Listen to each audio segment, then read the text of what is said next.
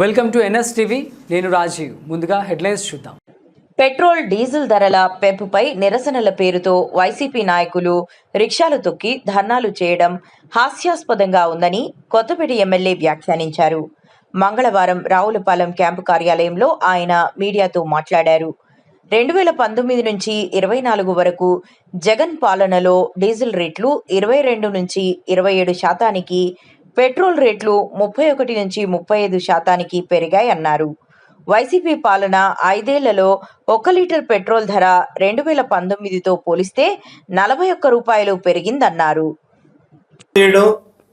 రిక్షాలు దొక్కడం చూస్తూ ఉంటే చాలా హాస్యాస్పదంగా అనిపిస్తూ ఉంది. వాళ్ళ పరిపాలనలో 2019 నుంచి 24 వరకు జరిగిన వైసీపీ ప్రభుత్వ పరిపాలనలో ఆనాడు డీజిల్ రేట్లు, పెట్రోల్ రేట్లు ఇంచుమించుగా 31% నుంచి 35% దాకా పెరిగాయి.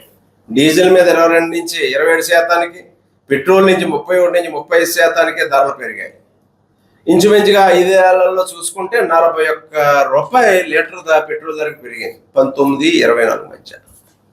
ఆనాడు ప్రతిపక్షంగా అంత పెద్ద ఎత్తున జరిగిన పెట్రోల్ డీజిల్ ధరల పెంపుని నిరసిస్తే తెలుగుదేశం పార్టీ తరఫున ఆనాటి మంత్రి కొడాల నాని గారు, సివిల్ సప్లైస్ మంత్రి గారు స్పందిస్తూ అది కేంద్ర ప్రభుత్వాన్ని అని ఏకవచనంతో బూతులు మాట్లాడుతూ ఆనాడు మంత్రి ఇది కేంద్రాన్ని రాష్ట్రాన్ని కాదని మాట్లాడిన మాట ఇప్పటికి కూడా ప్రజల మధ్య చూస్తూ ఉన్నాం.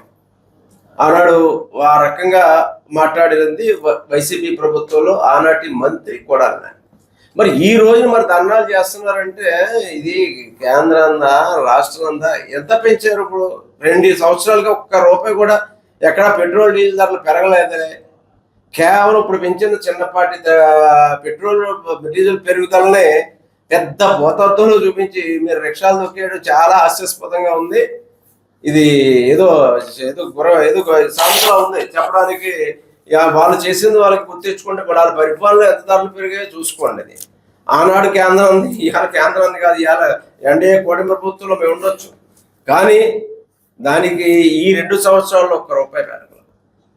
మీ ప్రభుత్వంలో ఎంత పెరిగిందని చూసుకోండి. మీరు ఆయన రోడ్లు అంతా కూడా సర్వనాశనం చేశారు. రోడ్డు ట్యాక్స్ పేరుతోటేమో సెస్ వసూలు చేశారు. రోడ్లు వేస్తామని చెప్పి పెట్రోల్ డీజిల్ మీద సెస్ వసూలు చేశారు, రోడ్ డెవలప్మెంట్ సెస్ అని. కానీ మీరు చేసింది ఎక్కడ కొత్త కోర్సు ఒక రోడ్లు కూడా మీరు సరిగ్గా వేసింది. చాలా ఆశ్చర్యంగా ఉన్నాయి.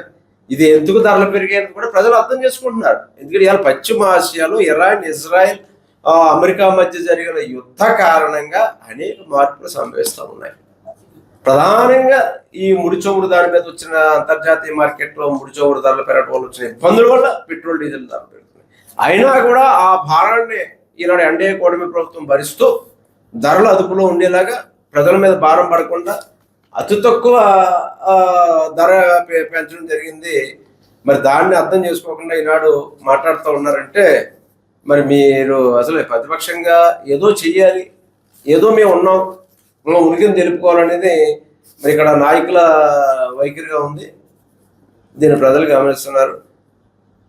మరి ప్రజలు అర్థం చేసుకుంటున్నారు. ఇలా డ్రామాలు కట్టిపెట్టండి అని కోరుతున్నాను.